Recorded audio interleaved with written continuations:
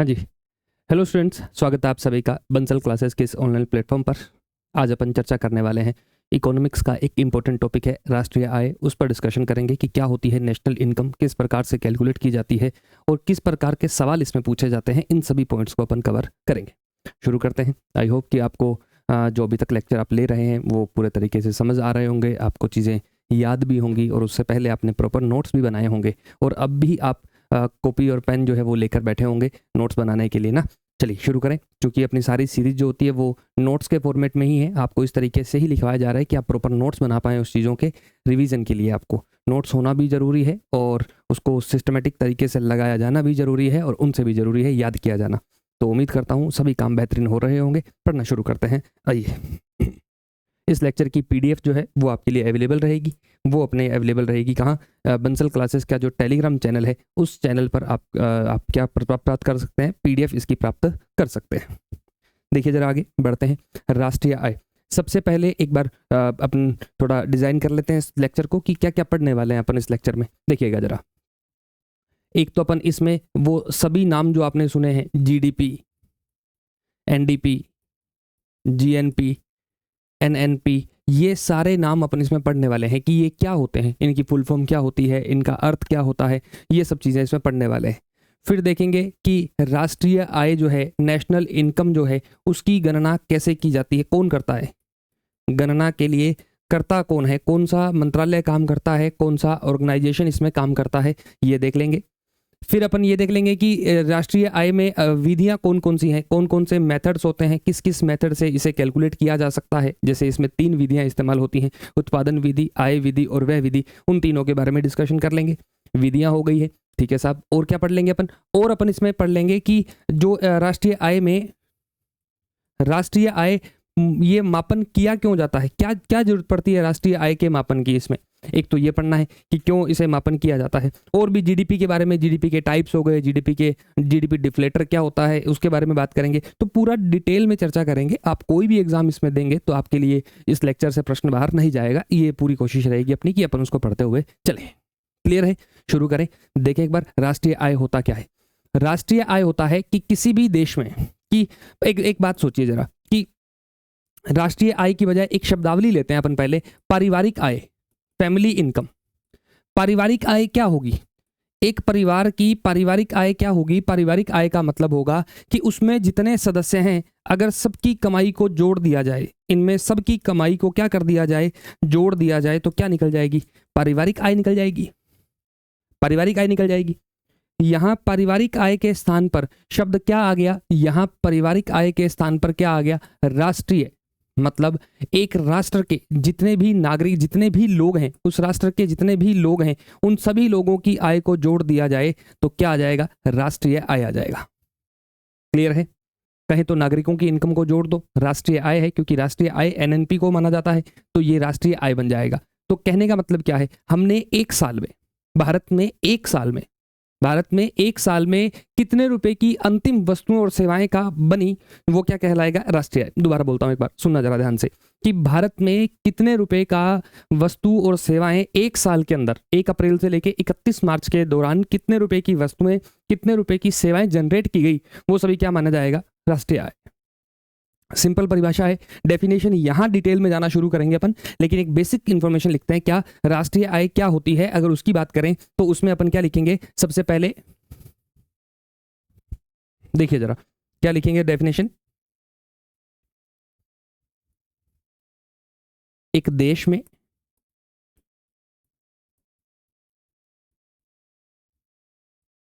एक वित्तीय वर्ष में, एक देश में एक वित्तीय वर्ष में, एक देश में एक वित्तीय वर्ष में उत्पादित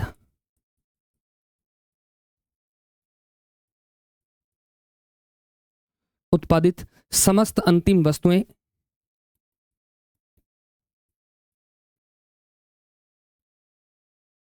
वस्तुएं समस्त अंतिम वस्तुओं व सेवाओं का योग, वस्तुओं व सेवाओं के मूल्यों का योग, सेवाओं के मौद्रिक मूल्य का योग, मूल्यों का योग।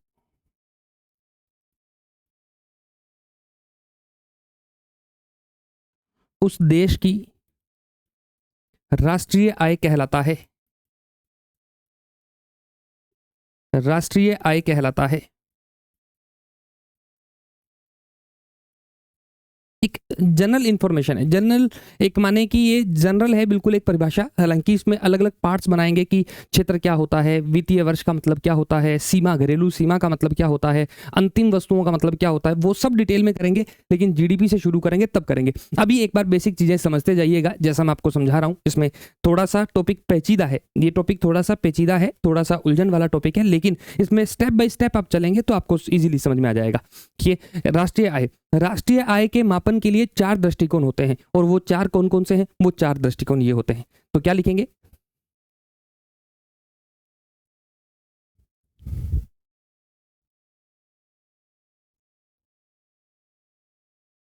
राष्ट्रीय आय के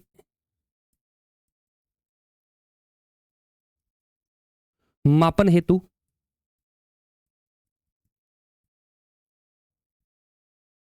4 दृष्टिकोण होते हैं।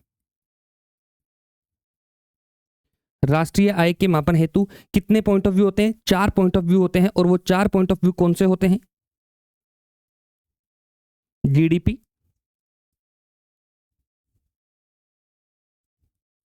NDP, GNP, NNP.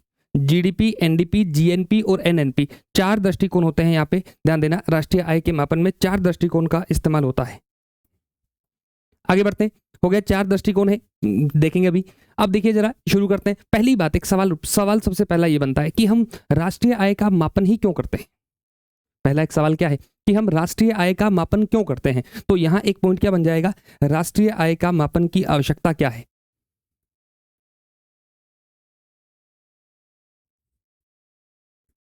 राष्ट्रीय आय की गणना क्यों, कि हम क्यों करते हैं? ये सब नहीं करें तो क्या होगा? गणना क्यों, एक पॉइंट बनेगा। देखिए जरा कि क्या होगा भी, इससे होगा क्या, देखिए जरा। हम क्या कर पाएंगे? हमें अपनी अर्थव्यवस्था का मापन हो जाएगा, अपनी अर्थव्यवस्था का ज्ञान हो जाएगा, अर्थव्यवस्था के साइज का पता लग जाएगा कि हमारी इकोनॉमी कितनी बड़ी है, हम एक साल में कितने रुपए का टर्नओवर कर जाते हैं, एक साल में इंडिया में कितने रुपए का इकोनॉमी घूमती है पूरे तरीके से, हम वो देख सकते हैं। तो मतलब हमें अर्थव्यवस्था की माप मिल जाती है, अर्थव्यवस्था की माप पता चलती है। और जब हमारे पास कोई चीज़ का पता है हमें कि ये चीज़ इतनी है, इस मात्रा में है, इस तरीके से है, तो उसके बाद हम क्या कर सकते हैं? प्लानिंग कर सकते हैं, हम तुलना कर सकते हैं, हम अपनी ग्रोथ को माप सकते हैं कि कितनी ग्रोथ होती है। तो जब हमें माप मिल गई तो माप से हमें क्या पता लगेगा? माप से अपने को पता लगेगा कि भैया हमारे यहाँ माप से क्या पता लगेगा कि अपनी अर्थव्यवस्था की किसी अन्य से तुलना करने हेतु,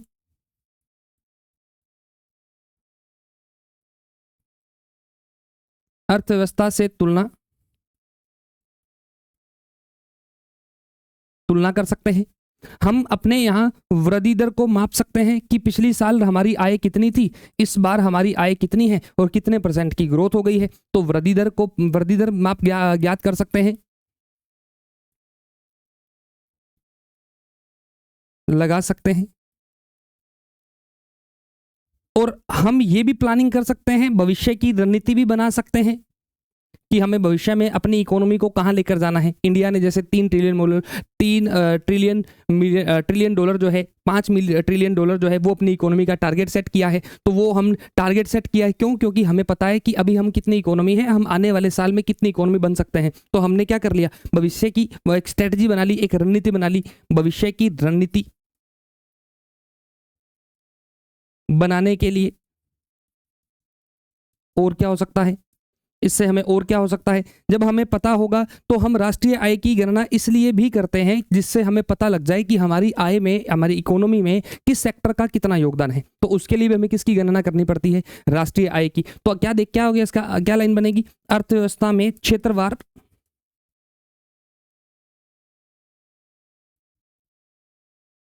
अर्थव्यवस्था में क्षेत्रवार गणना हेतु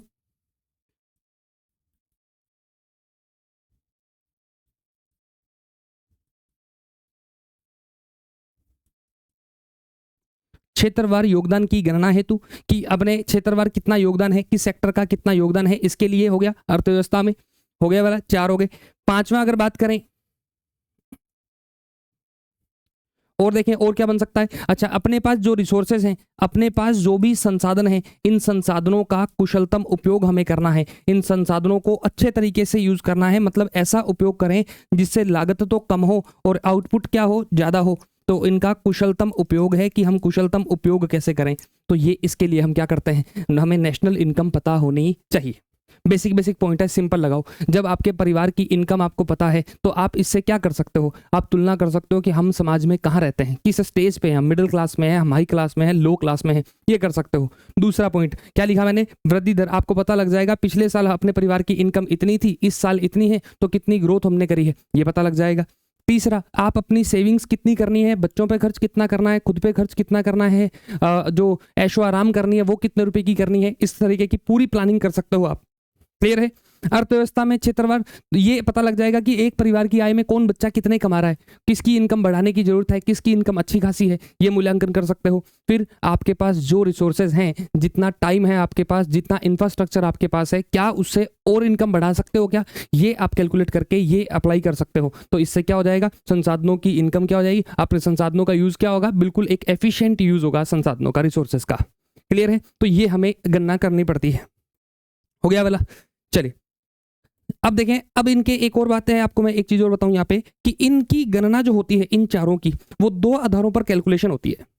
बाद में पढ़ेंगे, पहले जीडीपी पढ़ते हैं क्योंकि फिर आपको समझ में थोड़ा सा मामला टेढ़ा हो जाएगा, पेचीदा हो जाएगा मामला। पहले आते हैं अपन कि जीडीपी क्या होती है। सबसे पहले जीडीपी फुल फॉर्म क्या होती है, ग्रोस डोमेस्टिक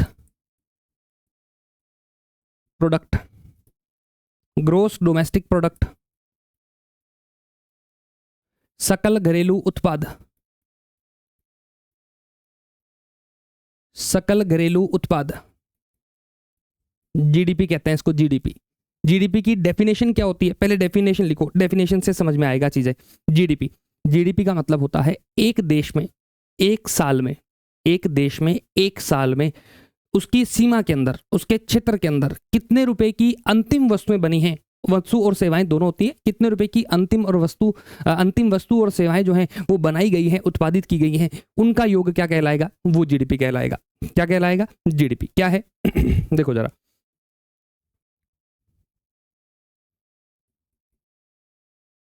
एक देश में एक वित्तीय वर्ष में, वित्तीय वर्ष में उसके घरेलू क्षेत्र में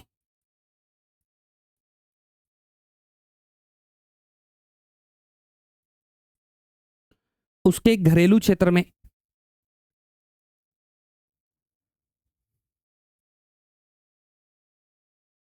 उत्पादित की गई समस्त वस्तुओं एवं समस्त अंतिम, ध्यान देना, समस्त अंतिम वस्तुओं व सेवाएं,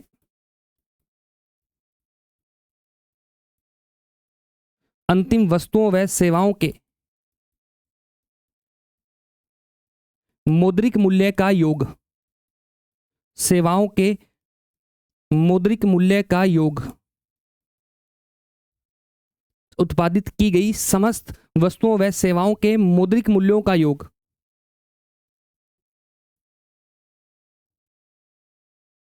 जीडीपी कहलाता है। जीडीपी कहलाता है।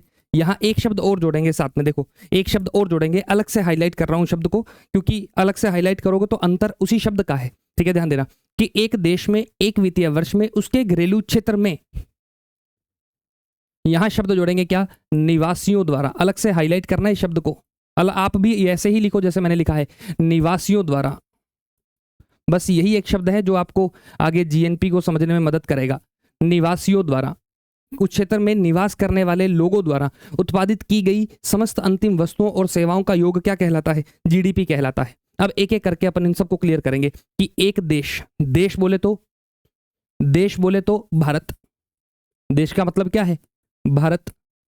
एक वित्तीय वर्ष बोले तो एक वित्तीय वर्ष का मतलब क्या होगा, एक वित्तीय वर्ष का मतलब होगा 1 अप्रैल से 31 मार्च तक का जो ईयर होगा, इसके दौरान, इस वित्तीय वर्ष में, मतलब भारत में 1 अप्रैल से लेके 31 मार्च में, 31 मार्च के मध्य उसके क्षेत्र में भारत में रहने वाले लोगों द्वारा बनाई गई समस्त वस्तु और सेवाएं, अंतिम वस्तु और सेवाओं का योग क्या कहलाएगा? जीडीपी। अब 3 शब्द रह गए।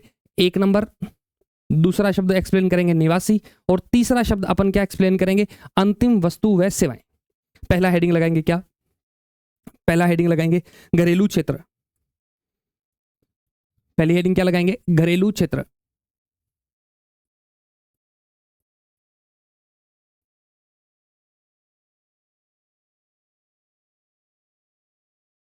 डोमेस्टिक एरिया, घरेलू क्षेत्र।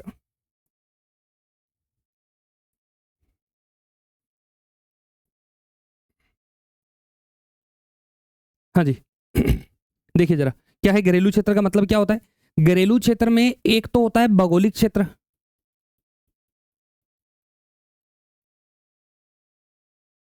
भौगोलिक क्षेत्र। भौगोलिक क्षेत्र बोले तो ज्योग्राफिकल एरिया, इंडिया का नक्शा।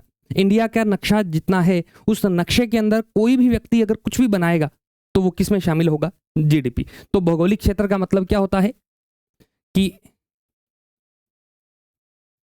भारत के मानचित्र में दर्शाया गया क्षेत्रफल।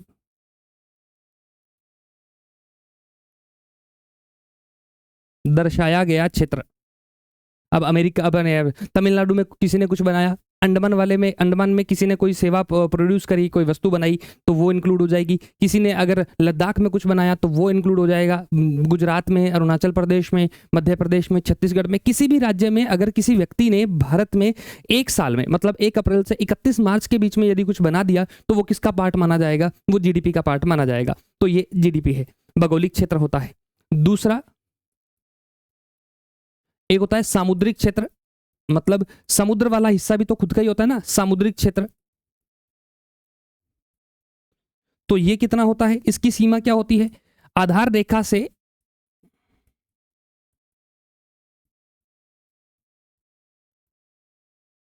आधार रेखा से 200 नॉटिकल मील,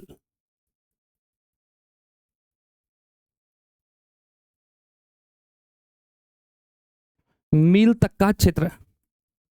आधार रेखा से 200 नॉटिकल मील तक का क्षेत्र। यहां ध्यान देना, समुद्र में मील नहीं होता, समुद्र में नॉटिकल मील होता है। नॉटिकल मील, एक नॉटिकल मील इक्वल होता है किसके? एक नॉटिकल मील, एनएम लिख रहा हूं, एनएम का मतलब नॉटिकल मील। ये इंक्लूड करता है किसको? 1.852 किलोमीटर को। किसको इंक्लूड करता है? 1.852 किलोमीटर का समुद्र में एक नॉटिकल मील होता है। अच्छा, मील जो नॉर्मली मील होता है, उस मील का मतलब क्या होता है? 1.6 किलोमीटर। 1.6 किलोमीटर ये सड़क वाला मील होता है। ये कौन सा होता है? सड़क वाला। लेकिन समुद्र में नॉटिकल मील होता है, नॉटिकल मील की परिभाषा अलग होती है। देखो जरा क्या है, मैं यहां समझा देता हूं आपको कि 200 नॉटिकल मील वाला क्या मामला है। कि इंडिया की कोस्ट लाइन जो है, इंडिया की तट रेखा जो है, इस तट रेखा से 200 नॉटिकल मील तक का क्षेत्र इंडिया का क्षेत्र माना जाता है। हालांकि विदेशी लोगों के जहाज आते जाते हैं, इसमें कोई दिक्कत नहीं है, लेकिन इस 200 नॉटिकल मील के अंदर अगर कोई रिसर्च हुई, अगर कोई खनिज निकला तो वो किसका है? भारत का है। अगर कोई आइलैंड बना तो किसका है? भारत का है। और ये कहता है, इसे कहते हैं EEZ, exclusive economic zone. Bharat की तट रेखा से लेके 200 नॉटिकल मील तक की दूरी के लिए, हम ज्योग्राफी में पढ़ते हैं इसको, क्या कहते हैं? एक्सक्लूसिव इकोनॉमिक जोन, अनन्य आर्थिक क्षेत्र। क्या कहेंगे? अनन्य आर्थिक क्षेत्र कहा जाता है। और यह भारत का क्षेत्र माना जाता है, यह भारत की सीमा में आता है, भारत की सीमा में आता है। तीसरा पॉइंट, राजनीतिक क्षेत्र। पॉलिटिकल एरिया इंडिया का कौन सा होगा? राजनीतिक क्षेत्र कौन सा होगा? राजनीतिक क्षेत्र में आएगा विदेशों में स्थित दूतावास,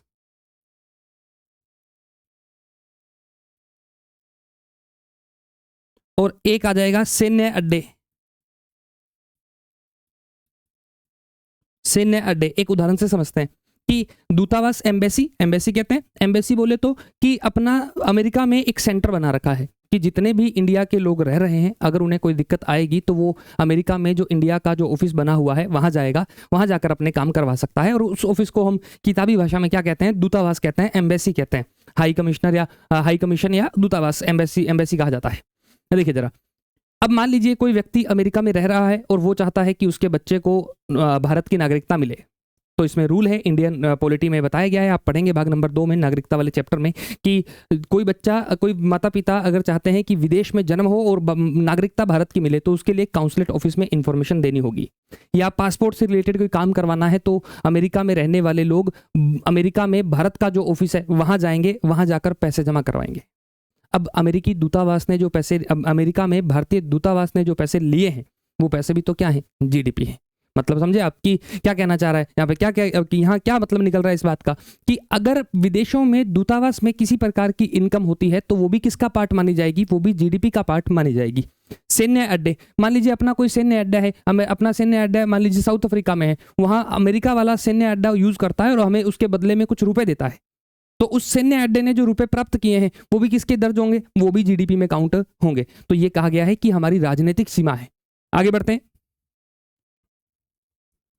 और बढ़े, डी इसमें लिखें, और क्या आ जाएगा, और देखो जरा कि जो अपने शिप जो होते हैं, जहाज और वायुयान,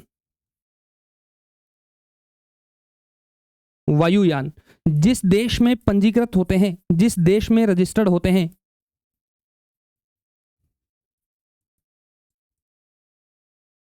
जिस देश में पंजीकृत होते हैं, उन्हें उस देश की, उनकी आय को उस देश की जीडीपी में शामिल किया जाता है। उनकी आय को उस देश की जीडीपी में शामिल किया जाता है। जीडीपी में शामिल किया जाता है। याद रखना भैया कि टाटा का कोई जहाज है, टाटा का कोई जहाज है, वो सर्विस देता है कहाँ से, अपने इंडिया से लेकर कुवैत की सर्विस देता है, मान के चलिए। तो वो कुवैत में जो रुपए कमाएगा, कुवैत में जो करेगा, वो भी किसके माने जाएंगे, वो इंडिया की जीडीपी में इंक्लूड होंगे, क्योंकि टाटा रजिस्टर्ड कहाँ है, इंडिया में।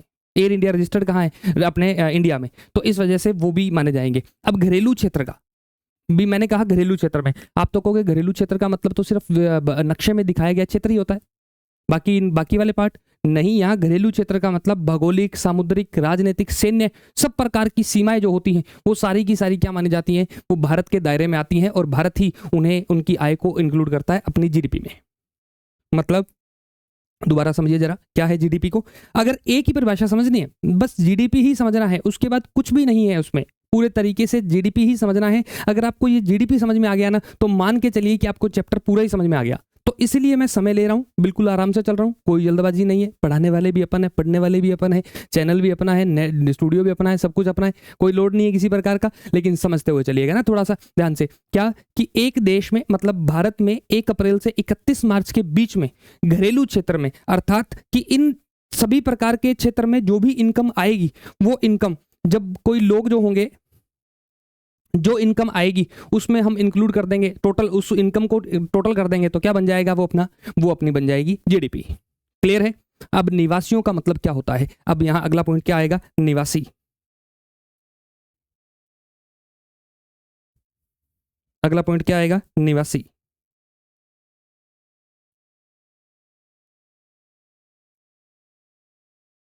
देखिए जरा क्या मतलब होता है निवासियों वाला। निवासी, रेजिडेंट शब्द जो इस्तेमाल किया है उसका क्या मतलब होता है, इन निवासी, निवासी बोले तो भारतीय भी, भारत में रहने वाले भारतीय, भारत में रहने वाले भारतीय,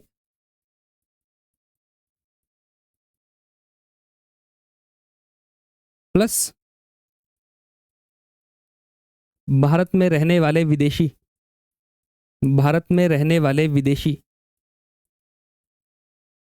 विदेशी दोनों को इंक्लूड करेंगे जीडीपी में। हम भारत में चाहे जेम्स नाम का बंदा अब इंडिया में आके और ये मार्कर बना रहा है, इसकी फैक्ट्री लगा के बना रहा है, तो हम जेम्स की आय को भी जीडीपी का पार्ट मानेंगे। अब आप कहोगे हम तो देश की आय कैलकुलेट कर रहे हैं, उसमें हम उसका पार्ट क्यों कर रहे हैं। हम देश की आय कैलकुलेट जब करेंगे तब इसकी आय को निकाल देंगे, जेम्स की आय को निकाल देंगे, लेकिन जीडीपी काउंट करते समय हमें कोई मतलब नहीं है कि कौन किस देश का है, क्या बना रहा है, बस उसने इस घरेलू क्षेत्र के दायरे में कुछ ना कुछ बनाया हुआ होना चाहिए, चाहे वस्तु हो चाहे सेवा हो, कुछ ना कुछ उसने प्रोड्यूस किया हो और फाइनल गुड्स प्रोड्यूस किया हो, तो वो क्या कहलाएगा, वो जीडीपी में इंक्लूड होगा। तो निवासी शब्द है, याद रखिएगा, निवासी शब्द ही है जो आपको आगे समझने में मदद करेगा, इसलिए मैंने इसे अलग से हाईलाइट कर रखा है।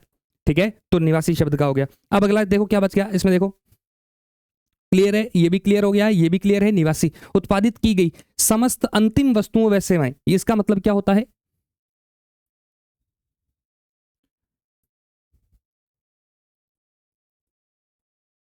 समस्त अंतिम वस्तुओं व सेवाएं,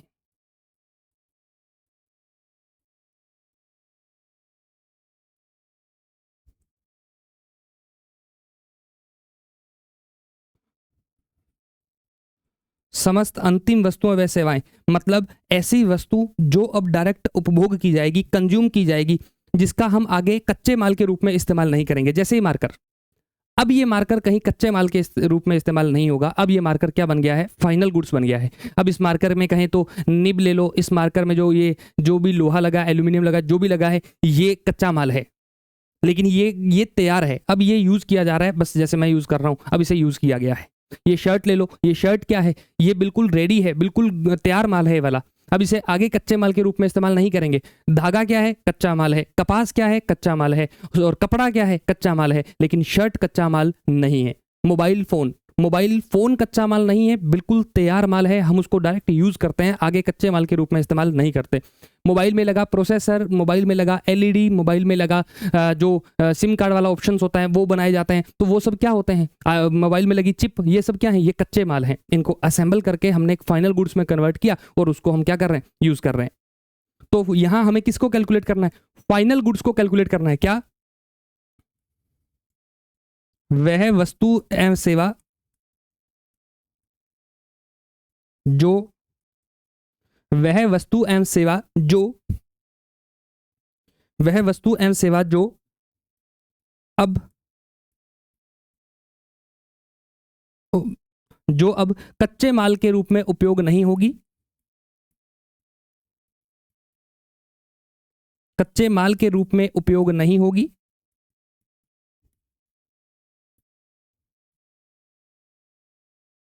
तथा अब उपभोक्ताओं द्वारा उपभोग की जाएगी।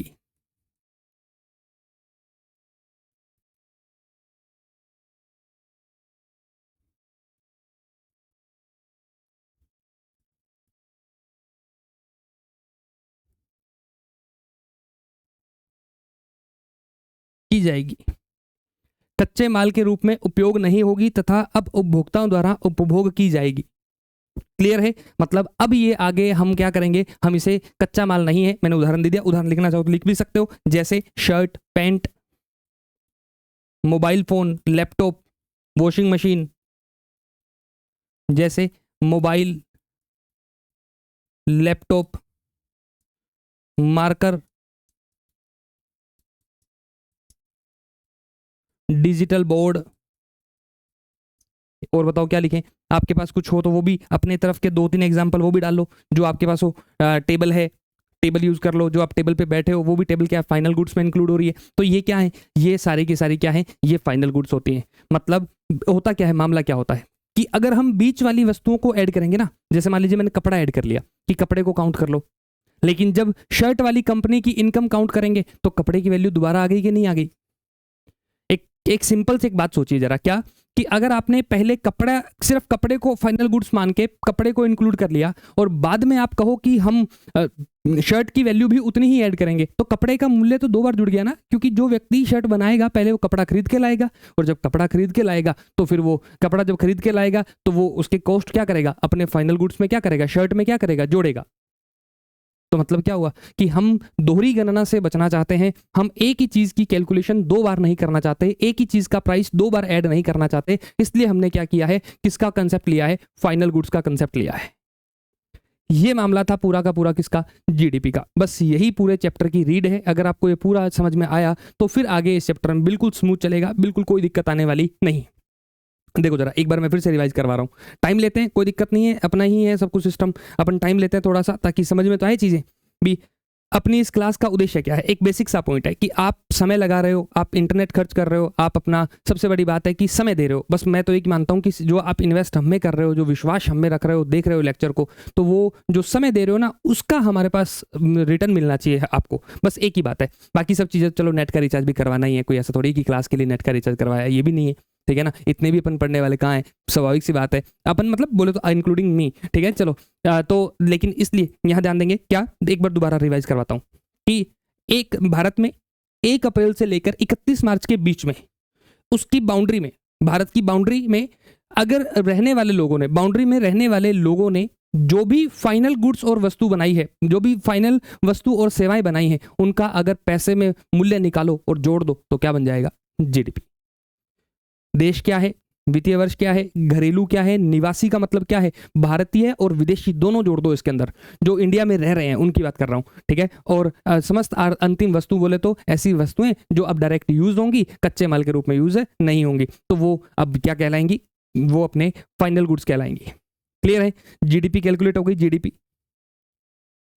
अब देखिए जरा, अब वापिस आते हैं, अपन 4 पॉइंट लिखे थे अपन ने, क्या लिखे थे, एक जीडीपी, टिक लगा दूं मैं इस पे, हो गया क्लियर अपना जीडीपी, जीडीपी अपना क्लियर है भैया। अब हम किस पे आ रहे हैं, एनडीपी पे आ रहे हैं, एनडीपी पे। देखो जरा एनडीपी क्या कहलाता है,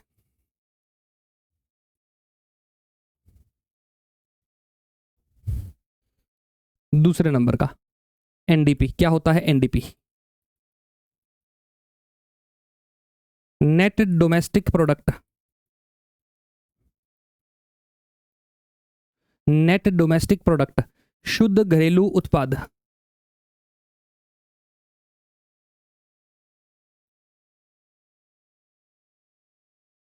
शुद्ध घरेलू उत्पाद। नेट डोमेस्टिक प्रोडक्ट क्या होता है, शुद्ध घरेलू उत्पाद होता है। शुद्ध घरेलू उत्पाद का मतलब क्या होता है, देखिए जरा कि, देखिए जरा शुद्ध घरेलू उत्पाद का मतलब क्या होता है कि अगर अपने जीडीपी में से माइनस कर दिया जाए क्या, मूल्यह्रास, समझेंगे अपन क्या होता है मूल्यह्रास को, डेप्रीसिएशन को समझेंगे, डेप्रीसिएशन, अगर ये घटा दिया जाए तो फिर जो बच गया वो क्या बच गया, एनडीपी, वो क्या आ गया, एनडीपी। क्या कहा मैंने कि अगर जीडीपी में से मूल्यह्रास निकाल दिया जाए तो फिर क्या बचेगा, एनडीपी। अब सवाल है कि मूल्यह्रास क्या होता है, ये बताइए हमें। तो देखिए जरा एक बात बताइए मुझे कि पहले तो यहां शब्द क्लियर कर देता हूं मैं, सकल और शुद्ध, इन 2 शब्दों में अंतर होता है। सकल तो बोले तो कुल पैसा कितना आया, वो शब्द क्या होता है, सकल। और नेट शब्द का मतलब होता है खर्चा निकालने के बाद जो बचेगा वो क्या है, वो शुद्ध है। मान लीजिए मैं, आप जॉब करते हैं, कहीं आप जॉब करते हैं, तो आपकी इनकम है 25,000 रुपये, मान के चलते हैं कि आप अभी स्टूडेंट हैं, शुरुआत आपने करी है 25-30 हज़ार रुपये, आप 31,000 रुपये महीना कमाते हो, 30,000 आप कमाते हो। लेकिन ऑफिस जाने के लिए आप बाइक का इस्तेमाल करते हो, ऑफिस जाने के लिए बाइक का इस्तेमाल करते हो, तो आपकी बाइक की घिसावट हो रही है क्या, नहीं हो रही है। आपने ऑफिस जाने के लिए नई बाइक खरीदी, 1 लाख रुपए आपके लग गए, आपने 1 लाख रुपए की बाइक खरीदी, आप 1 साल ऑफिस गए, तो क्या 1 साल बाद में आपकी बाइक की वैल्यू 1 लाख ही है या कम हो जाएगी, स्वाभाविक सी बात है कम हो जाएगी। तो घिसावट हुई या नहीं हुई, बिल्कुल घिसावट हुई। तो वो आपकी लागत है या नहीं, आने वाले 5-6 साल जब आप ऑफिस जाओगे तो वो बाइक क्या हो जाएगी, खत्म हो जाएगी, आपको बेचनी पड़ेगी, बदले में 20,000 रुपये मिलेंगे उसके, और बच गए कितने, 80,000 रुपये। तो पिछले 6 साल में आपकी लागत कितनी आ गई, 80,000 रुपये। अब आपने 30,000 रुपये महीना कमाया, मतलब 1 साल का 3,60,000 रुपये आपने कमाया, 3,60,000 आपने कमाया, टोटल कर लो 5 साल में आपने इतने रुपए कमा लिए, 36 5 180, मतलब 18 लाख रुपए 5 साल में कमा लिए। लेकिन उसमें से 80,000 खर्चा भी तो कर दिया बाइक वाला, कि आपकी बाइक की वैल्यू 80,000 टूट गई। तो वो 80,000 जो माइनस किया वो क्या कहलाएगा, मूल्यह्रास कहलाएगा। वो क्या कहलाएगा, मूल्यह्रास कहलाएगा। अब आपकी सकल आय देखी जाए तो वो 18 लाख रुपए 5 साल की, 18 लाख रुपए 5 साल की है आपकी सकल आय। लेकिन शुद्ध कितनी है, 80,000 माइनस करो, उसके बाद जो निकल कर आएगा वो क्या आएगा, शुद्ध आएगा। तो सकल शब्द का मतलब होता है जिसमें से खर्चे घटाए नहीं जाते उसको हम सकल मानते हैं, और जिसमें से हमारी लागत जब घट जाती है तो उसको हम क्या मानते हैं, शुद्ध मानते हैं। उसी प्रकार से हमने वहां पढ़ा था जीडीपी, ग्रोस डोमेस्टिक प्रोडक्ट, सकल पढ़ा था, सकल। अब हमें नेट निकालना है, तो नेट निकालने के लिए हमें क्या करना होगा, हमें मूल्य ह्रास घटाना पड़ेगा। और मूल्य ह्रास क्या होगा, देखो जरा, कि आज मेरी एक कंपनी है शर्ट बनाने की, मैंने शर्ट बनाने की कंपनी बना रखी है, मेरी कंपनी शर्ट बनाती है, अच्छी शर्ट बनाती है, ठीक है सर, शर्ट बनाती है। लेकिन मेरी कंपनी में जो मशीनें लगी है, क्या वो डे बाई डे कम नहीं हो रही है, क्या उनकी गिसावट नहीं हो रही है, क्या आने वाले 10 साल के बाद मुझे मशीनें चेंज करनी पड़ेंगी या नहीं करनी पड़ेंगी? स्वाभाविक सी बात है, मुझे मशीनें क्या करनी पड़ेंगी, चेंज करनी पड़ेंगी। तो वो मेरी लागत हुई कि नहीं हुई? अब सरकार ने मुझसे पूछा कि भैया आपने कितने रुपए कमाए, मैं सरकार को बता रहा हूँ कि सर मैं इतने रुपए साल के कमा रहा हूँ, इतने रुपए की वस्तुएं बना रहा हूँ, मेरे यहाँ पे ना इतने रुपए की शर्ट बन जा रही है हर साल में। सरकार ने कहा ठीक है साहब, इतने रुपए बन जा रही है, लेकिन फिर सरकार को सर खर्चा भी तो लग रहा है, और वो खर्चा क्या है? सरकार पूछे क्या खर्चा करता रहता हूँ, तो मैं कहूँगा सर मशीनें घिस रही है ना मेरी, 10 साल बाद पूरी की पूरी क्या करनी पड़ेंगी, चेंज करनी पड़ेंगी। तो वो मूल्य ह्रास है, वो मेरी मशीनों की हर साल जो गिसावट होती जा रही है वो क्या कहलाएगा, मूल्य ह्रास कहलाएगा। तो ये है मूल्य ह्रास। तो याद रखेंगे मूल्य ह्रास क्या है। अब इसकी परिभाषा अगर मैं लिखूं आपके लिए तो समझा दिया, वैसे लिखना चाहो तो मैं यहाँ परिभाषा भी लिख देता हूं कि मूल्य ह्रास का मतलब क्या होता है, मूल्य ह्रास का क्या मीनिंग होता है। मूल्य ह्रास का मीनिंग होता है कि उत्पादन के दौरान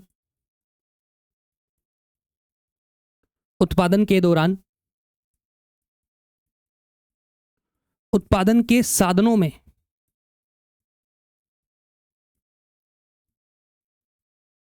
होने वाली गिसावट,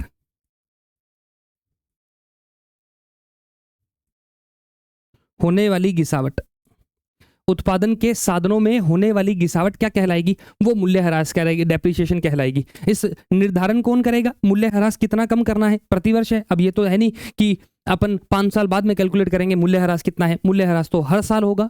अब फिर ये कैलकुलेट कैसे होगा कि डेप्रिसिएशन कितना लगाना है, तो ये डिसाइड करता है वाणिज्य एवं उद्योग मंत्रालय। इसका निर्धारण कौन करता है,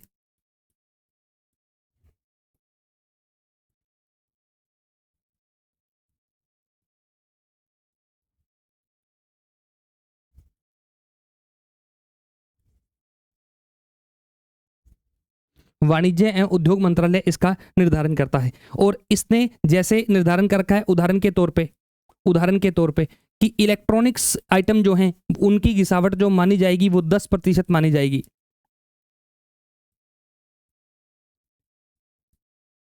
इलेक्ट्रॉनिक्स आइटम पर जो होगा, इलेक्ट्रॉनिक्स वस्तुओं पर जो गिसावट होगी उस पर 10% प्रतिवर्ष। कि आज कोई वस्तु में इलेक्ट्रॉनिक्स में, मान लीजिए मैं एसी लाया, वो एसी 1 लाख रुपए का, वो एसी 40,000 रुपए का आया। अब उसमें अगले साल उस एसी की कीमत 4,000 कम करके कितनी रह गई, 36,000। तो मेरा जो डेप्रिसिएशन कम किया जाएगा वो कितना कम किया जाएगा, 4,000 रुपए का डेप्रिसिएशन कम हो जाएगा। कि मैं जितने रुपए कमाए उसमें से 4,000 रुपए कम कर दूंगा, बाकी क्या बन जाएगा, मेरा एनडीपी में हो जाएगा।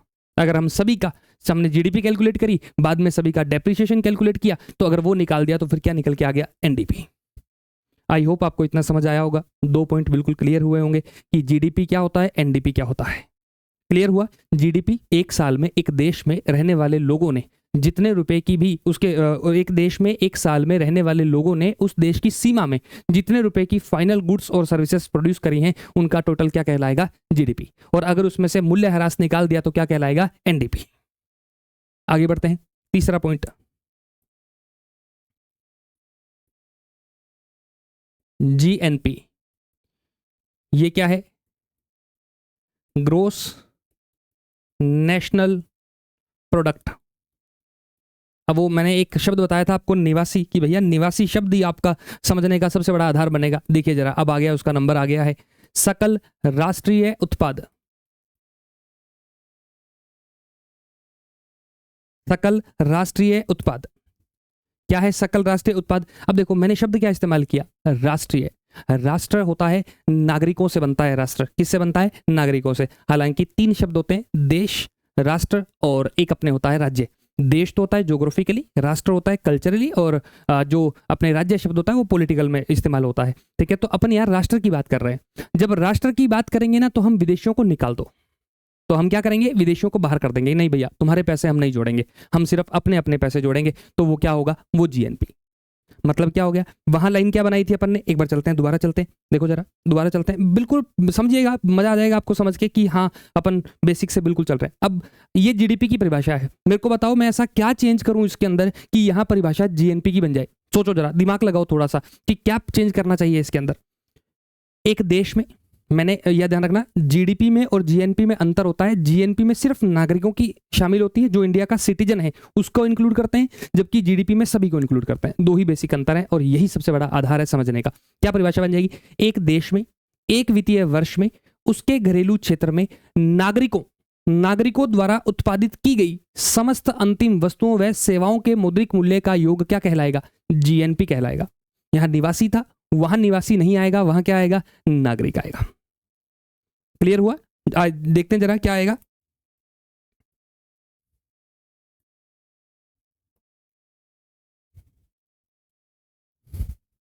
क्या परिभाषा बनाएंगे? लिखते हैं जरा, परिभाषा क्या बनेगी?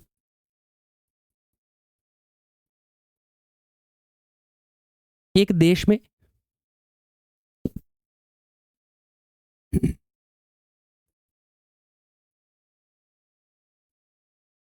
एक वित्तीय वर्ष में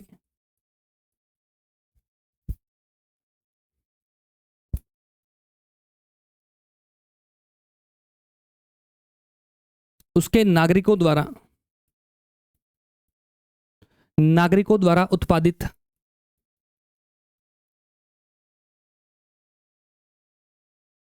समस्त अंतिम वस्तुएं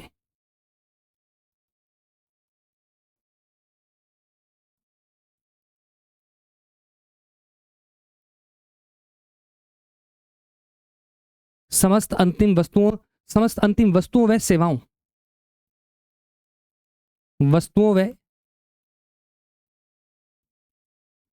सेवाओं के मौद्रिक मूल्य का योग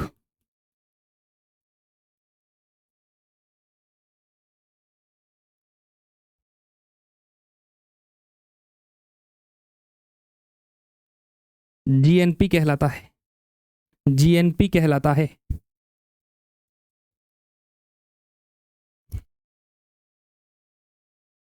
क्या लिखा है मैंने? एक शब्द हाईलाइट कर लो बस इसमें, बाकी सब समझ में आ गया।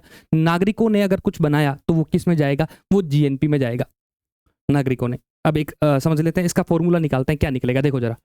कि मैंने कहा अगर मैं जीडीपी प्लस कर दूं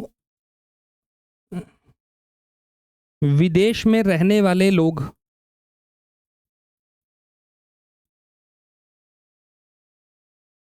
विदेश में रहने वाले भारतीय नागरिकों की आय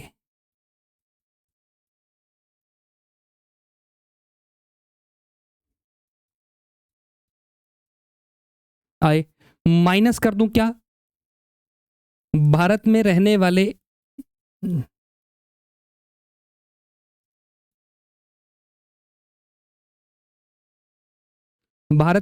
वाले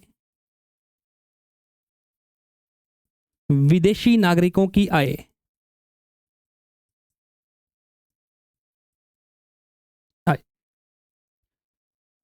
तो क्या बन जाएगा ये? अब जो निकल कर आएगा, ये क्या निकल कर आएगा? ये निकल कर आएगा जीएनपी। एक उदाहरण से समझते हैं इसको ना, एक उदाहरण से समझते हैं। देखो जरा, अब एक पहले कुछ लेते हैं। जेम्स नाम का एक व्यक्ति है, ये हैदराबाद में रहता है। कहाँ रहता है? हैदराबाद में। ये मार्कर बनाता है, और मार्कर कितने हजार रुपए के मार्कर बनाए इसने, यहाँ उदाहरण लिखेंगे। यहाँ तो हैदराबाद में रहता है और इसने 5,000 रुपए का सामान बनाया। कितने रुपए का? 5,000 रुपए के मार्कर बनाए इसने। ठीक है। वहीं एक रमेश है, वहीं क्या है? एक रमेश है। और ये रमेश कहाँ रहता है? ये रमेश रहता है भैया कुवैत में। कुवैत में। और इसने वहां कमाई कर ली कितने की? 10,000 रुपए की कमाई कर ली। 10,000 रुपए की कमाई। एक उदाहरण से समझना, इस उदाहरण को ज्यादा अच्छे समझ में आएगा ना, कि जेम्स नाम का व्यक्ति हैदराबाद में रहकर 5,000 रुपए का सामान बना रहा है, और अपना वहीं रमेश कुवैत गया हुआ है और वहां 10,000 रुपए का सामान वहां बना रहा है। 10,000 रुपए की उसकी आय। अब हम इस फॉर्मूले में सेट बैठते हैं। देखो जरा कैसे, कि इंडिया में मैंने क्या कहा था कि जब आपने जीडीपी कैलकुलेट करी थी, तो उसमें जेम्स की आय शामिल थी या नहीं? आप कहेंगे थी, क्योंकि अपन ने क्या शर्त रखी थी कि भारत के निवासी, और मैंने कहा था निवासी का मतलब भारतीय और विदेशी दोनों होते हैं, तो मतलब कि यहाँ जीडीपी में आपने इंक्लूड जो किया था वो 5,000 रुपये आपने इंक्लूड कर रखे हैं। पहले तो उसको निकालो, क्योंकि हमें किसकी कैलकुलेट करनी है, नागरिकों की कैलकुलेट करनी है। और ये जेम्स जो है ये नागरिक नहीं है इंडिया का, ये तो विदेशी है। तो हमने क्या किया कि जीडीपी के लिए हमने क्या किया, नागरिकों के लिए हम क्या करेंगे, विदेशी को कम करेंगे। अब मान लीजिए अपनी जीडीपी है 1,00,000 रुपए, अपनी जीडीपी कितनी है, 1,00,000 रुपए अपनी जीडीपी है, जीडीपी है 1,00,000। और उसमें मैंने कहा विदेश में रहने वाले भारतीय नागरिकों की आय को जोड़ो, रमेश की आय को जोड़ देंगे। कितनी आय जुड़ गई, 10,000। हमने कहा भारत में रहने वाले विदेशी, हाँ भैया जेम्स रह रहा है, हैदराबाद में रह रहा है जेम्स, और वो 5,000 रुपए का सामान बना रहा है। तो हमने क्या किया, 5,000 रुपए निकाल दिए। तो अब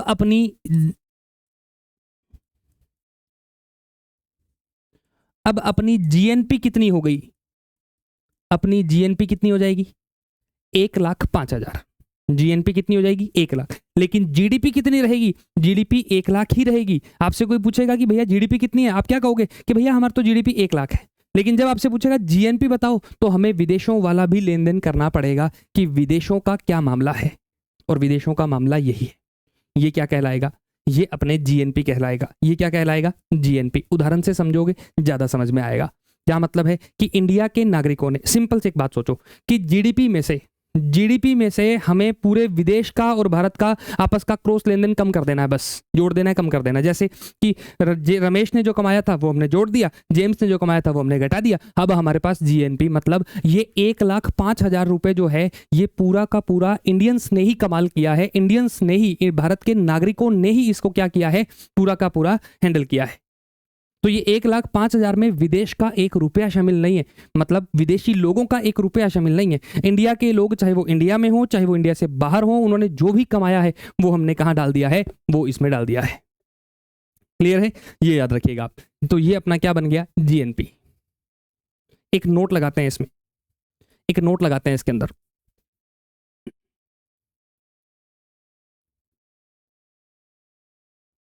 नोट लगाते हैं, नोट क्या होता है कि अपने लगाएंगे जीएनपी में एनआरआई, जीएनपी में एनआरआई की आय को शामिल नहीं करते, आय को शामिल नहीं करते। एनआरआई, अब आपको एनआरआई का मतलब क्या होता है, नॉन रेजिडेंट ऑफ इंडिया। क्या बनेगा,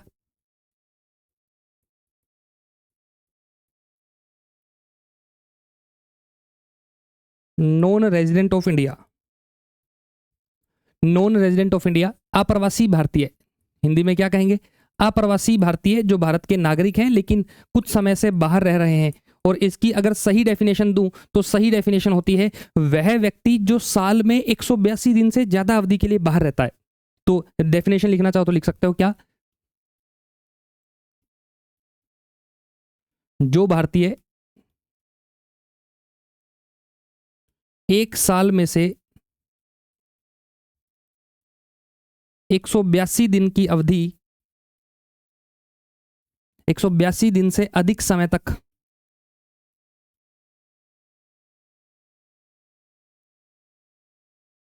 भारत से बाहर रहता है,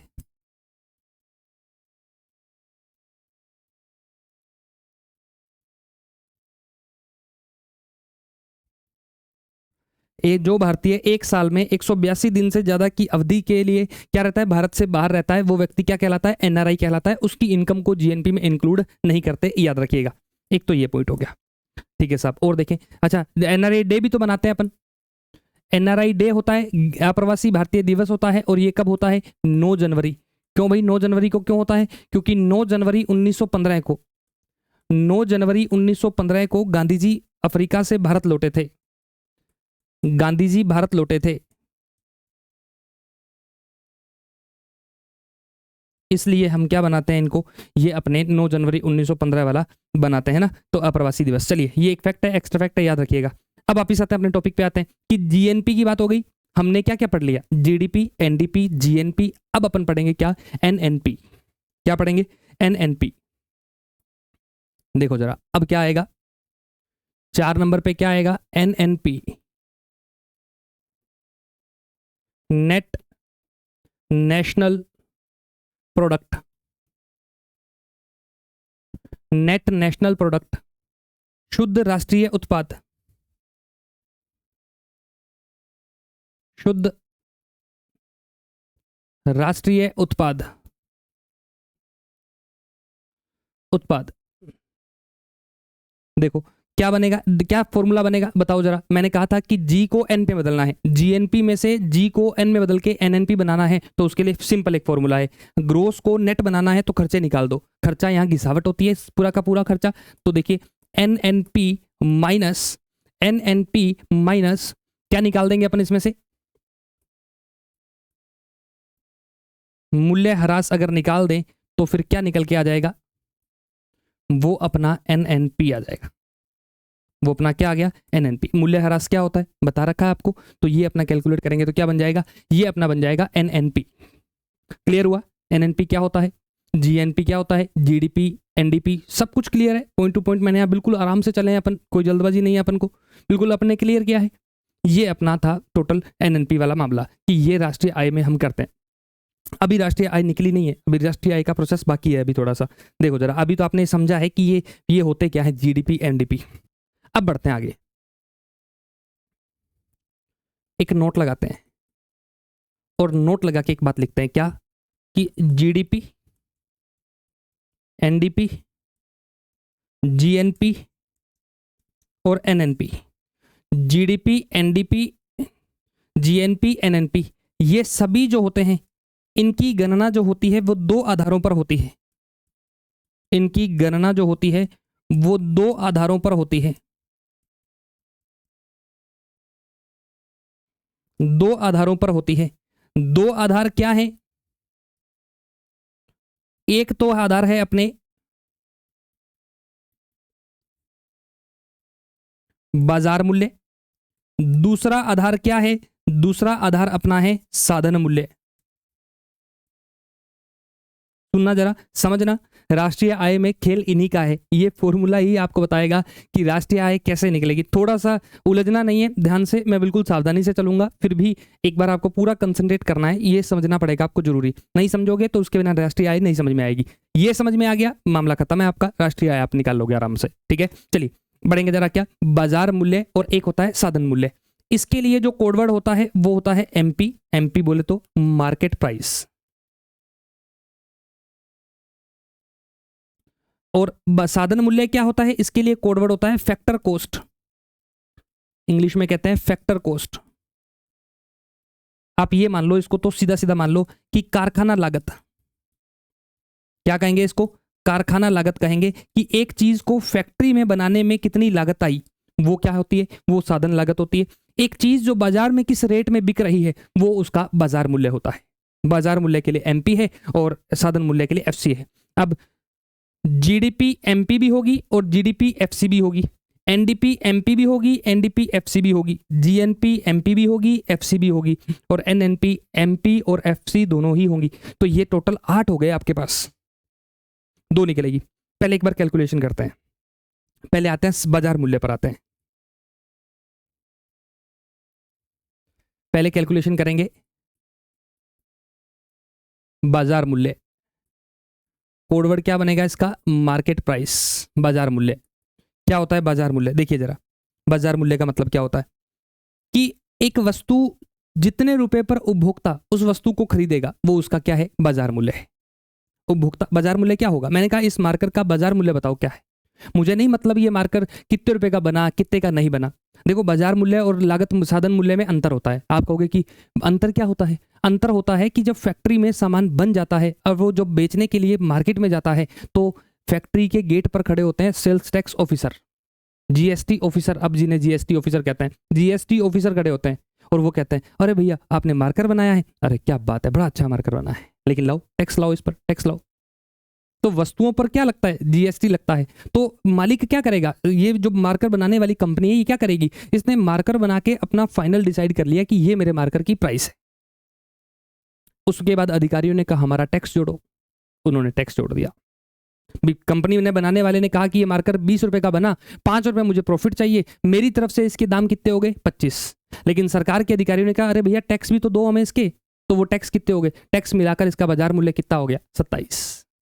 टैक्स मिलाकर बाजार मूल्य कितना हो गया 27। तो मतलब क्या हुआ कि अगर फैक्ट्री की लागत में टैक्स जोड़ दिया जाए तो क्या निकल कर आ जाएगा, बाजार मूल्य निकल कर आ जाएगा और ग्राहक उसी मूल्य पर इस चीजों को खरीदेंगे। देखो जरा क्या है बाजार मूल्य, जिस मूल्य पर उपभोक्ता वस्तु एवं सेवाओं का क्रय करते हैं, वस्तु एवं सेवाओं का क्रय करते हैं, वो मूल्य क्या कहलाता है, बाजार मूल्य। और इसकी कैलकुलेशन कैसे होगी, बाजार मूल्य की गणना कैसे होगी, मतलब हमें क्या ज्ञात करना है, बाजार मूल्य। बाजार मूल्य हम क्या करेंगे, फैक्ट्री की लागत को, साधन लागत को, साधन लागत में क्या जोड़ देंगे, इनडायरेक्ट टैक्स, वस्तुओं पर लगने वाला, सेवाओं पर लगने वाला कर क्या होता है, अप्रत्यक्ष कर होता है, इनडायरेक्ट टैक्स होता है, क्या कहेंगे, इनडायरेक्ट टैक्स। साधन लागत प्लस अप्रत्यक्ष कर, दो हो गया। तीसरा अगर, अब देखो ये दो चीज समझ में आई, इतना क्लियर हुआ, आई होप इतना क्लियर हुआ होगा कि अपने फैक्ट्री कॉस्ट में हमने क्या जोड़ दिया, टैक्स जोड़ दिया, तो हमारी क्या आ गई, कैलकुलेट निकल के आ गई कि भाई बाजार मूल्य कितना होगा। मैंने एक उदाहरण दिया था कि 25 रुपए इसकी लागत थी, लागत में लाभ भी इंक्लूड होती है। अब फैक्ट्री वाला जो बनाएगा वो लाभ के लिए तो काम कर रहा है ना, तो वो अपनी लागत जो बनाएगा वो लाभ को जोड़कर बनाता है हमेशा। तो इसमें 25 रुपए इसकी लागत थी, 2 रुपए टैक्स था, इस मार्कर का बाजार मूल्य कितना हो गया 27। कैलकुलेशन कंप्लीट, अपना बाजार मूल्य निकल कर आ गया। ठीक है साहब, लेकिन ध्यान देना एक बात पे, क्या इस बात पे ध्यान क्या देना है कि अगर कुछ चीजें ऐसी होती हैं जिन पर सरकार सब्सिडी देती है और उनका बाजार मूल्य उससे क्या हो जाता है, कम हो जाता है। एक उदाहरण से माइनस कर दो इसमें से क्या, सब्सिडी। अभी एक उदाहरण लेते हैं, सब्सिडी बोले तो सरकार द्वारा दी जाने वाली आर्थिक सहायता, किसी वस्तु के दाम ज्यादा हैं, लोग उसको अफोर्ड नहीं कर पा रहे हैं, तो सरकार उस पर कंपनी वालों को अपनी तरफ से जो पे करती है, कंपनी वाला तो कहेगा भैया मेरा मार्कर तो 27 का ही बिकेगा। अगर सरकार को लगे कि ये चीज गरीबों के लिए जरूरी है, समाज के एक बड़े वर्ग के लिए जरूरी है, तो सरकार क्या करेगी, सरकार इसे दाम कम करवा देगी इसके। लेकिन फैक्ट्री वाला कहेगा मैं दाम कैसे कम कर दूं भैया, मेरी तो 25 रुपए की लागत है, मेरे को तो 25 तो चाहिए ही चाहिए, वरना मेरी फैक्ट्री बंद हो जाएगी। तो कंपनी सरकार क्या कहेगी, आप एक काम करो, इसके 25 रुपए आपने डिसाइड किए, 2 रुपए हमारा टैक्स है, 27 का हो गया, एक काम करो हमसे 10 रुपए हमसे ले जाओ और इसको मार्केट में कितने का बेचो, 17 रुपए का बेचो। देखा जाए तो क्या वो एक्चुअल में 17 का है क्या, वो 17 का नहीं बिक रहा है, वो कितने का बिक रहा है, 27 का ही बिक रहा है। बस अंतर इतना है कि ग्राहक 17 रुपए दे रहे हैं, 10 रुपए सरकार दे रही है, लेकिन टोटल बिक कितने का रहा है, 27 रुपए का। तो इसलिए हमने सब्सिडी क्या कर दी, कम कर दी, क्योंकि हमें तो बाजार मूल्य कैलकुलेट करना है। बाजार मूल्य कम करोगे तो बाजार में तो 17 रुपए का ही बिक रहा है।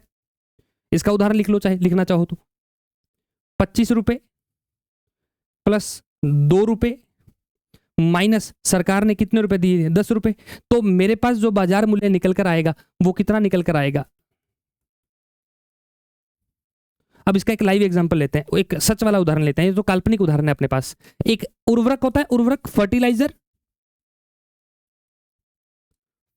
का एक बैग है, उस फर्टिलाइजर बैग की कीमत अपन अगर मान के चले तो उस फर्टिलाइजर बैग की कीमत है कितनी, 2500 रुपए कीमत है। अब फर्टिलाइजर वस्तु है, वस्तु पर क्या लगेगा, टैक्स लगेगा, और सरकार ने टैक्स कितना लगा दिया, 300 रुपए उस फर्टिलाइजर बैग पर टैक्स लगा दिया, 2500 और 300 2800। अब फर्टिलाइजर का बैग अगर 2800 का आएगा तो किसानों की लागत क्या हो जाएगी, बढ़ जाएगी। किसानों की लागत क्या हो जाएगी, बढ़ जाएगी। किसानों की लागत बढ़ेगी तो सब्जियों के दाम बढ़ेंगे, किसानों को कम बचेगा, इससे किसानों का जीवन स्तर निम्न रहेगा। तो सरकार की जिम्मेदारी है कि जब भी किसानों के साथ कुछ ऐसा हो तो सरकार क्या करे, उनको सहयोग करे। तो सरकार ने कहा अरे भैया उर्वरक तो सभी को चाहिए, फर्टिलाइजर तो सभी को चाहिए, एक काम करो, इस बैग पे सरकार ने सब्सिडी दे दी, सरकार ने कहा 500 रुपए की हम क्या दे देते हैं, सब्सिडी दे देते हैं। तो अब ये बैग मार्केट में कितने रुपए का बिकेगा, 2500 और 300 2800, 500 गए तो कितने बच गए, ये बैग मार्केट में कितने का मिलेगा, 2300 रुपए का। अब ग्राहक जो खरीदने जाएगा उसे नहीं मतलब कि क्या हुआ क्या नहीं हुआ, ग्राहक दुकान वाले को कितने रुपए देगा, 2300। तो मतलब बाजार मूल्य क्या हुआ, बाजार मूल्य यही हुआ कि जितने रुपए की लागत है उसमें टैक्स जोड़ दो, माइनस क्या कर दो, जो सरकार ने सब्सिडी दी है उसको कम कर दो, ये क्या हो जाएगा, 2300 रुपए। क्लियर हुआ, मामला क्लियर है यहाँ पे। तो ये 2300 रुपए का बिकेगा। तो ये आ गया क्या, सादा अपने बाजार मूल्य आ गया, हमारे पास एमपी आ गया, क्या आ गया, हमारे पास एमपी आ गया। अब चलते हैं अपने दूसरे पे, साधन लागत।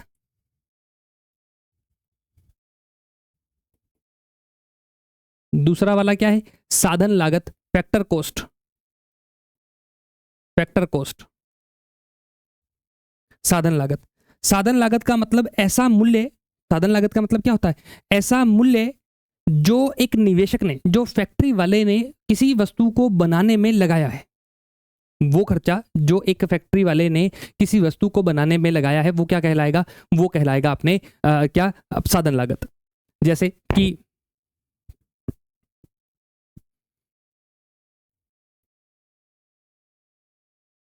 निवेशक द्वारा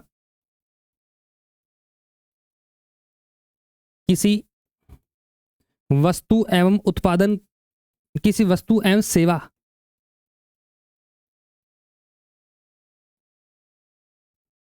के उत्पादन पर किया गया खर्च,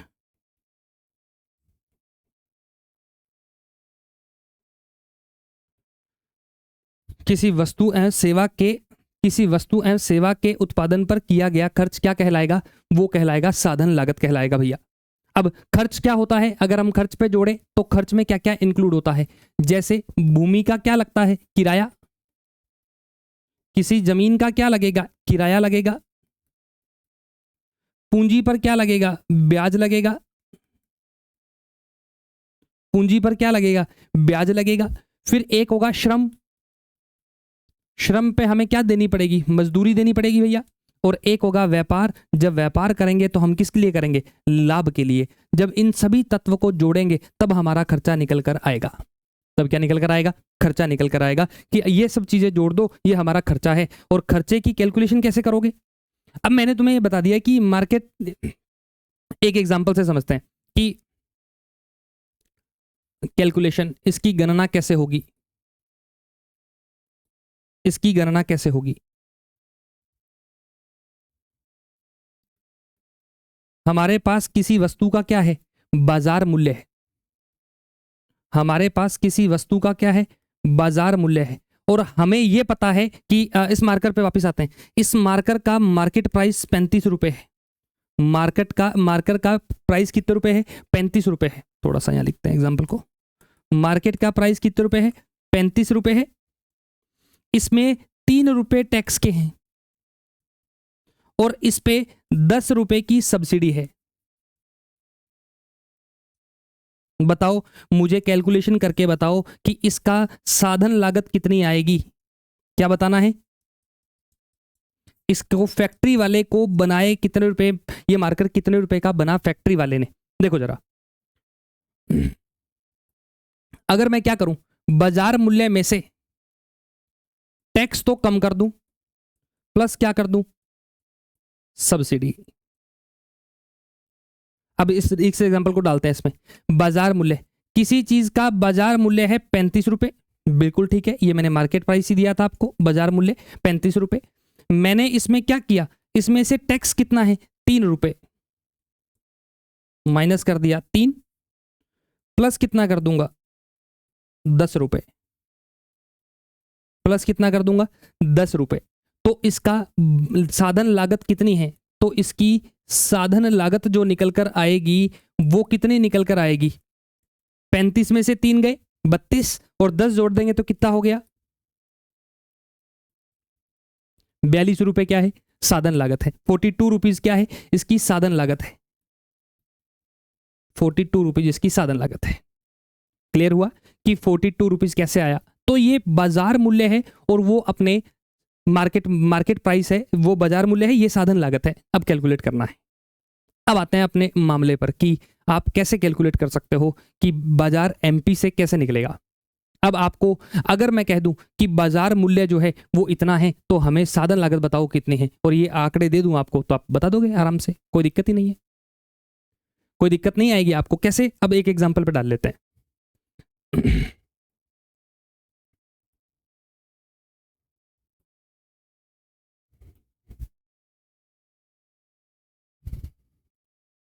मैंने कहा आपके पास जीडीपी एमपी है। मैंने क्या कहा? आपके पास जीडीपी एमपी है और अपने को कैलकुलेट क्या करनी है? एनएनपीएफसी कैलकुलेट करनी है। क्या कैलकुलेट करनी है? एनएनपीएफसी कैलकुलेट करनी है। बताओ कैसे निकालोगे आप? जीडीपी में से हमें क्या निकालनी है? एनएनपीएफसी। अगर आपने ये सवाल कर लिया ना, तो ये मान ली कि आपको समझ में आ गया पूरा। एक बार बिल्कुल आराम से चलते हैं, एक एक करते हैं, स्टेप बनाते हैं इसके कि क्या हम एनएनपीएफसी कैलकुलेट कर सकते हैं क्या। देखो जरा, एक उदाहरण है, लास्ट उदाहरण समझा रहा हूं, सबसे बेस्ट होगा अगर आपने इसमें प्रत्येक स्टेप को फॉलो कर लिया, तो इसका मतलब आपको ये पूरे तरीके से चैप्टर समझ में आ गया है। तो मतलब अब समय आ गया है आपको खुद को परखने का, कि आप खुद को देखिए कि आपने अभी तक पिछले 1 घंटे में जो पढ़ा है, वो 1 घंटे में क्या क्या पढ़ा है। कैलकुलेट करते हैं कि मैंने कहा आपको जीडीपी एमपी दे रखा है। एक बताओ मेरे को, जीडीपी एमपी, जीडीपी एमपी में से अगर मैंने मूल्यह्रास निकाल दिया, मूल्यह्रास निकाल दिया, तो मेरे पास क्या आ जाएगा? एनडीपी एमपी आ जाएगा। क्योंकि जी से एन में कन्वर्ट करना है तो मूल्यह्रास घटाना पड़ेगा। घटाते ही मेरे पास क्या आ गया? एनडीपी एमपी आ गया, बाजार मूल्य आ गया, बाजार मूल्य। ठीक है साहब, मेरे पास बाजार मूल्य आ गया। जब मैं एनडीपी एमपी में से एनडीपीएफसी में से प्लस माइनस कर दूंगा क्या?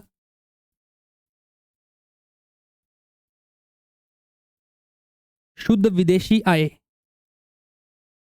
शुद्ध विदेशी आय का मतलब होता है, शुद्ध विदेशी आय का मतलब होता है क्या? कि इसमें से जितने भारतीयों ने कमाए हैं वो, और जितने विदेशियों ने कमाए हैं वो, इन सबको प्लस माइनस कर दो। जैसे मैंने एक उदाहरण दिया था कि जेम्स ने कमाए थे अपने यहां कितने? 5,000 रुपए। जेम्स ने कमाए थे कितने? 5,000 रुपए। और अब अगर रमेश ने कमाए थे 10,000 रुपए, यही कमाए थे। लेकिन अब यहां 10,000 5,000 ना करके मैं इसका फाइनल जब लिख दूंगा, फाइनल कितने रुपए प्लस करने होंगे? क्योंकि रमेश ने ज्यादा कमाए हैं, तो यहां फाइनल कितने रुपए प्लस कर दो? 5,000 रुपए। ये पूरे देश के जितने भी लोग रहे, विदेशी निवासी सब जो रहे, हमने सबका इंक्लूड करके जीडीपी निकाला था। जीडीपी में से मूल्यह्रास घटा के हमारे पास एनडीपी आ गया। लेकिन एनडीपी में निवासी शामिल हैं, नागरिक शामिल नहीं है। मतलब विदेश वाले नागरिक शामिल नहीं है, भारत में रहने वाले नागरिक और भारत में रहने वाले विदेशी, इन सभी को मिलाकर हमने क्या निकाल रखा है? एनडीपी निकाल रखा है। अब अगर मैं इसमें से प्लस माइनस कर दूंगा विदेशी वाला टोटल, तो मेरे पास क्या निकल कर आ जाएगा? तो मेरे पास निकल कर आ जाएगा एनएनपी। क्या निकल कर आ जाएगा? एनएनपी। और एनएनपी किस पे निकल कर आएगा? मार्केट प्राइस पे। किस पे निकल कर आएगा? मार्केट प्राइस पे। दोबारा करो, दोबारा समझो, क्योंकि एग्जाम्पल ही रीड है इसकी, एग्जाम्पल से ही समझ में आएगा, और पेपर में एग्जाम्पल भी आएगा, इसी फॉर्मूले का एग्जाम्पल आएगा। ध्यान रखना, फॉर्मूला डालेगा कि बाजार मूल्य का फॉर्मूला क्या होता है? साधन लागत होता है, उसमें आपको टैक्स जोड़ना होता है, माइनस करनी होती है सब्सिडी, तो ये आपका फॉर्मूला बनेगा। तो ये फॉर्मूला ही पूछा जाता है पेपर में, ध्यान देना। जीडीपी एमपी मतलब भारत में रहने वाले लोग और विदेशियों ने, भारत में रहने वाले विदेशियों ने जो भी कमाया, हमने एक जगह लिख दिया, जीडीपी कहलाया। उसमें से डेप्रीशिएशन घटाकर मैं एनडीपी ले आया, एनडीपी आ गया भैया। लेकिन हमारे पास अभी मार्केट प्राइस ही चल रहा है, एनडीपी आ गया। एनडीपी मार्केट प्राइस आने के बाद में प्लस माइनस क्या करोगे? प्लस माइनस करोगे शुद्ध विदेशी आय, मतलब जितने रुपए कम ज्यादा कर दोगे। तो हमने इसमें से जो भारत में रहने वाले विदेशी लोग थे उनकी आय को तो कम कर दिया, और विदेशों में जो भारतीयों ने कमाया उसको जोड़ दिया, टोटल हो गया। अब हमारे पास क्या आ गया? अब हमारे पास ये जो अमाउंट निकल कर आएगा, इसमें विदेशियों का कोई लेना देना नहीं है, क्योंकि ये सिर्फ और सिर्फ इंडियंस लोगों का है, इसलिए हम इन्हें क्या कहा? एनएनपी कह दिया। लेकिन ये किस पर आया? मार्केट प्राइस पे। फिर मैंने तुम्हें समझाया था कि मार्केट प्राइस जब होता है तो मार्केट प्राइस से तुम क्या कैलकुलेट कर सकते हो? मार्केट प्राइस से तुम क्या कैलकुलेट कर सकते हो, साधन मूल्य एफसी ज्ञात कर सकते हो। कैसे ज्ञात करोगे कि आपके पास मार्केट प्राइस आ गया है, अब इसमें से आपको क्या करना पड़ेगा, टैक्स को कम कर दो, सब्सिडी को जोड़ दो, तो अब जो निकल के आएगा वो क्या बन जाएगा, वो एफसी आ जाएगा। एग्जाम्पल डालते हैं, अब आपके पास आ गया, अब यहां लिखते हैं कि एनएनपीएफसी एनएनपी की अगर बात करूंगा तो एनएनपी में मैं क्या कर दूंगा, इसमें से मार्केट प्राइस में से टैक्स को माइनस कर दूंगा और सब्सिडी को जोड़ दूंगा, तो जो बच गया, जो निकल कर आएगा वो क्या निकल कर आएगा, वो निकल के आएगा एफसी। एनएनपीएफसी निकल कर आएगा, क्या निकल के आएगा, एनएनपीएफसी। और मैंने क्या कहा था, यही तो निकालना था, साधन लागत ही तो निकालनी थी हमें, एनएनपीएफसी ही तो निकालना था, निकल गया साधन लागत से एनएनपीएफसी। ये पूरी साइकिल है। जिस बच्चे ने साइकिल को फॉलो कर लिया वो अपना मतलब उसको समझ में आ गया। अगर नहीं आया हो तो एक बार थोड़ा सा विचार कीजिए, थोड़ा सा सोचिए इस बारे में कि क्या मामला इसमें अटक गया है, क्या मामला रह गया है इसमें ना। तो ये आपको याद करना है, ये आपको समझना है। एक बार दोबारा इस लेक्चर को दोबारा एक बार रिवाइंड कीजिएगा, थोड़ा सा रुक रुक कर समझिएगा, जिसको समझ में आ जाएगा। मैंने बहुत आराम से पढ़ाया, बहुत आराम से चला हूँ मैं, मुझे जितना मुझे लगता है, मेरा जो दिमाग कहता है, मेरा जो मन कहता है कि मैंने बिल्कुल शांति से पढ़ाया है। उम्मीद करता हूँ शांति से, वरना यूट्यूब पे स्लो भी समझ सकते हो और फास्ट भी समझ सकते हो। आपके पास दोनों ही विकल्प रहेंगे, जो विकल्प आपको सूटेबल लगता है आप उसमें समझ लीजिएगा। अपना एक ही उद्देश्य है, मैंने पहले ही कहा कि यहाँ आपका उद्देश्य है ये देखना है कि क्या इस लेक्चर से मुझे लाभ हो रहा है, ये आप कैलकुलेट कीजिएगा। अगर लाभ हो रहा हो तो इस लेक्चर को देखिएगा, कंटिन्यू कीजिएगा और 2 बार देखिएगा, 4 बार देखिएगा, उसका पूरा लाभ उठाइएगा। और अगर लाभ हो रहा हो ना तो सब्सक्राइब भी करते जाइएगा, ठीक है। चलिए बढ़ते हैं आगे बढ़े। तो ये आप याद रखिएगा, एनएनपी टैक्स वाला और सब्सिडी वाला मामला क्लियर है, हो गया है। एक बार मैं देख लेता हूँ कोई पॉइंट रह ना गया हो जिससे आपको समझने में दिक्कत आए। नहीं, ऐसा कोई पॉइंट नहीं है यार, बिल्कुल इजीली बिल्कुल चीज़ें एक एक होगी।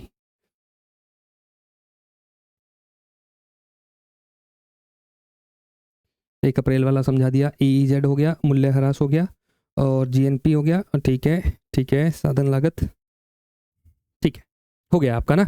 इजीली समझ में आ जाएगा, आपको कैलकुलेट कीजिएगा ना। अब इसमें एक और एग्जांपल देता हूँ, पर वो आपका थोड़ा सा हो जाएगा। देखो जरा कि अगर आप एक काम ये भी कर सकते थे कि मैंने जो ये काम यहाँ किया है ना, माइनस टैक्स, अच्छा ये प्लस है भाई, ये सब्सिडी वाला प्लस है, ध्यान देना, सब्सिडी जोड़नी है तभी जाके उसमें निकलेगा ना। हाँ, तो वो प्लस वाला है। अच्छा देखो जरा, अगर ये काम यहाँ करूँ मैं, जीडीपी एमपी पे अगर मैं ये काम यही कर लेता, क्या मैं इरेज करूंगा बाद में, लेकिन एक बार लिख रहा हूं समझाने के लिए कि जीडीपी एमपी जब मुझे दिया गया था, अगर मैं यही इसमें से टैक्स कम कर देता और यही सब्सिडी ले आता, जोड़ देता, तो मेरे पास ऑलरेडी जीडीपी क्या आती, मेरे पास ऑलरेडी जीडीपी क्या आ जाती, एफसी में आ जाती। फिर इसमें से मैं माइनस कर देता विदेशी वाला मामला, माइनस प्लस जो भी करना था कि विदेशी आय को कम ज्यादा कर देता, और लास्ट में मैं इसमें से क्या घटा देता, मूल्य ह्रास। तो उससे भी निकल सकता था क्या, एनएनपीएफसी।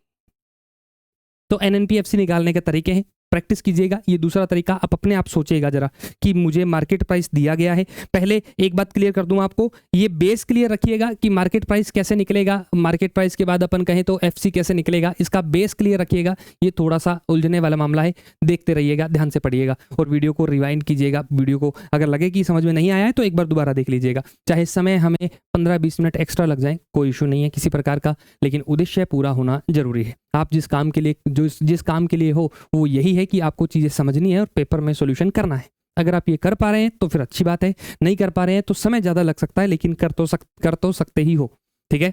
ये था अपना आज का लेक्चर। कल वाले लेक्चर में अपन पढ़ेंगे कि इसकी उत्पादन की विधियां कौन कौन सी होती हैं, जीडीपी डिफ्लेटर क्या होता है, उन सब के बारे में, पोटेंशियल जीडीपी क्या होती है, जीडीपी कितने प्रकार की होती है, उन सब के बारे में चीज़ों में कैलकुलेट करेंगे, बात करेंगे कल की क्लास में। आज के लिए इतना ही। Thank you so much.